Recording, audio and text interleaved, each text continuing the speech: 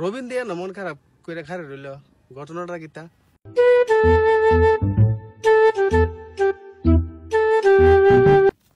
রবিন, কিরে এনে মন খারাপ করে খারে রইছিস কে রে?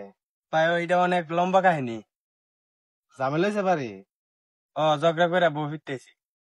বউ ফিরতেছে আচ্ছা, তোর বউরে কি লিখে ফিটাইছস?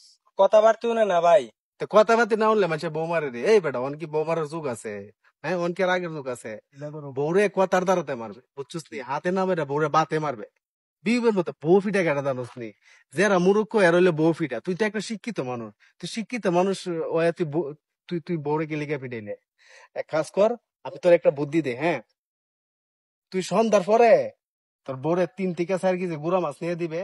হ্যাঁ, গুড়া মাছ বানাইতে মনে কর, গুড়া মাছ বানাই যখন কোমরে বেদনা টেদনা উঠবো, এমনি সুজা হয়ে যাবে। আর গুড়া মাছ দেখলে এমনি মনে করে এরা সাত করে ওঠে। এই গুড়া মাছ বানাইবো, নিজে নিউট্রিলে থাকবো, কোন সময় তোর লগে চেতাচেতি করতো না। বুঝছস? বুঝছি ভাই। ওখানে আমি গুড়া মাছ কিনা 3-4 কেজি গুড়া মাছ যা কিনে যা নিয়ে আমু। ভাই,